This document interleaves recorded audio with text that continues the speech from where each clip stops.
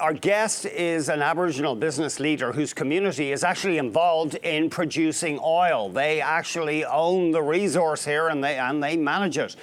He's even delivered a First Nations national energy strategy to the Prime Minister. We're joined from Calgary by Joe Dion, CEO and Chairman of Frog Lake Energy Resources.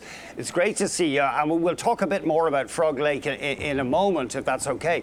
But would love to hear, what's your take on Bill C-69? For example, Mr. Trudeau did accept some amendments. Do you think he offered an olive branch here in this controversy? You know, Andrew, the important ones that he accepted are ones that impact First Nations, Indigenous peoples.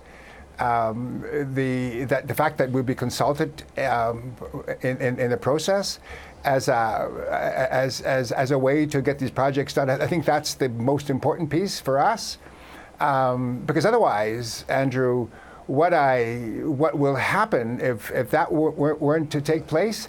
We'd see these court cases come back again, and really that's what I think that they're trying to avoid. Is they're trying to avoid the continuing court cases and wins by First Nations and being able to stop projects. So I think that was the important amendment for us that the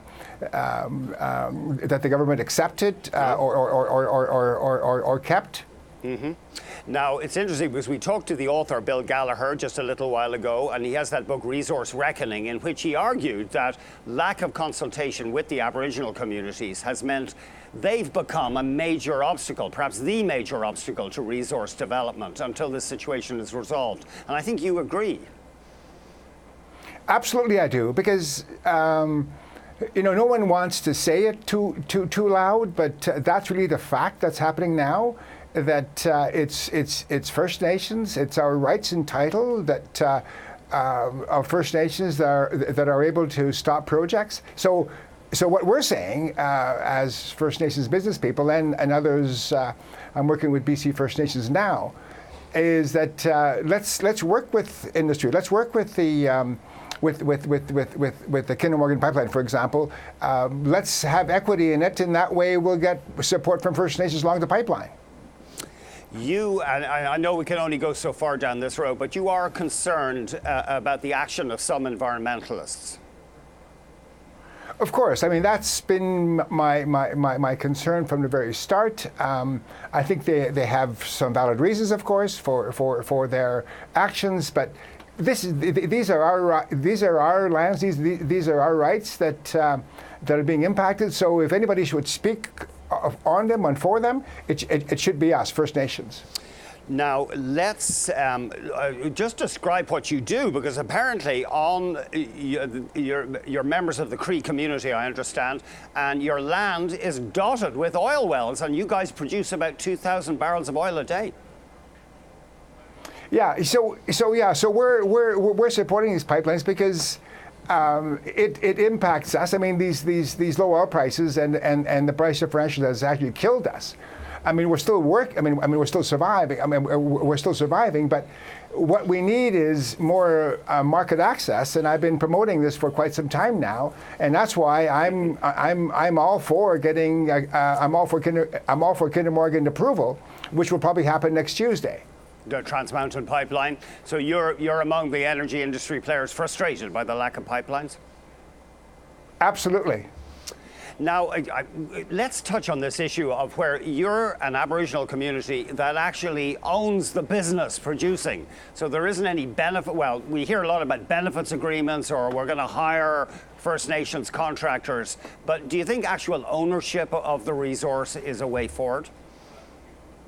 Of course it is, always has been. I mean, and it's how you structure yourself in participating in that resource. And how we've done that is we've formed partnerships with companies in Canada and also from China, and in that way created jobs and wealth for the community. I mean, and so the same applies for the pipeline. I think First Nations need to own the pipeline for it to be approved, as I said earlier.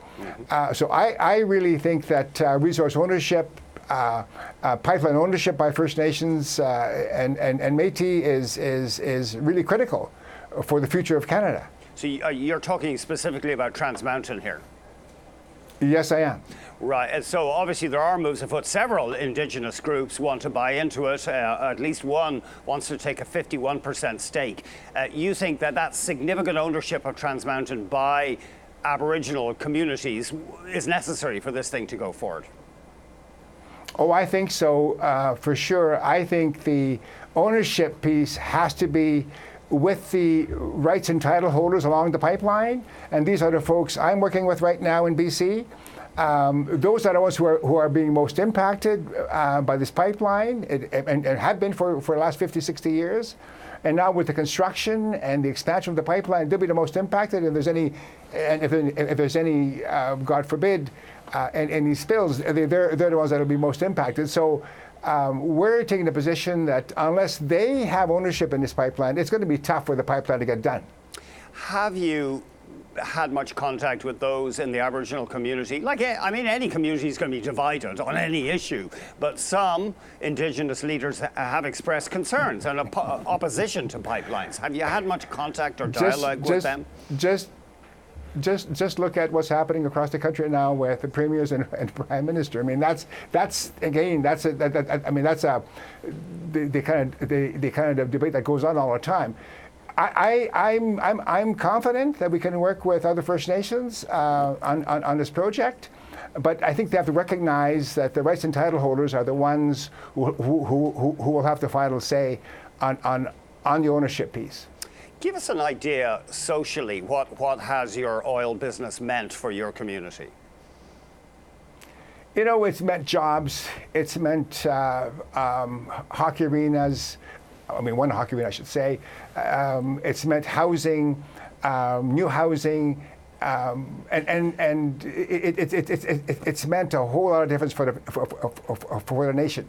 But what's really impacting us now is the fact there's been a slowdown. Mm-hmm. It's just like in Alberta. I mean, the whole province is now suffering because there was a boom times, now there's tough times. So that's the same thing we're facing right now in Frog Lake. Is we're facing tough times, and that's why this pipeline is needed. That's why we need to get this oil to world markets, to get our price up there, so we can start moving our oil again.